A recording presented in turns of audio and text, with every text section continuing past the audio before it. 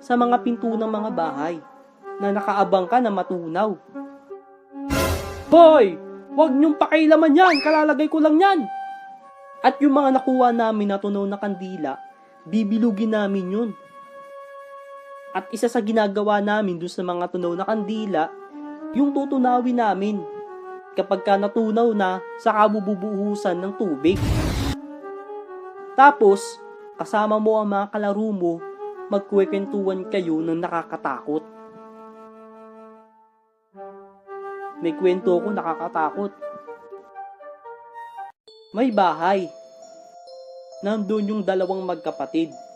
Yung babae at yung bunso. Tapos bigla may kumatok. Sino yan?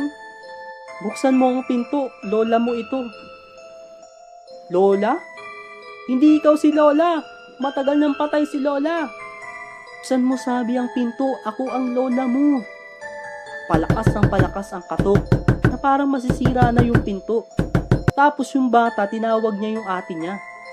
Ate, may kumakatok sa pinto. Sabi niya, siya daw si Lola. Ha? Patay na si Lola.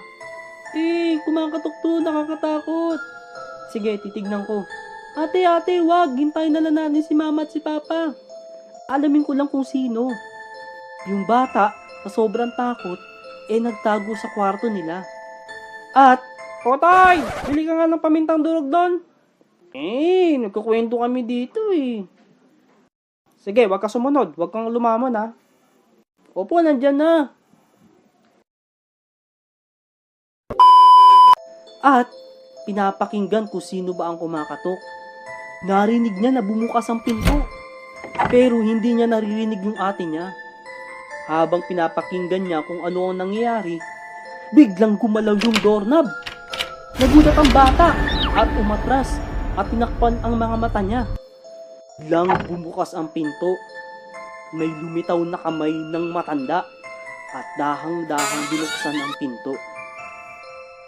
At nararamdaman niya na yung nagbukas ng pinto dahan-dahang lumalapit sa kanya. Atcha! At nararamdaman niya na yung nagbukas ng pinto dahang-dahang lumalapit sa kanya. Dahan-dahan niyang binuksan ang mata niya. At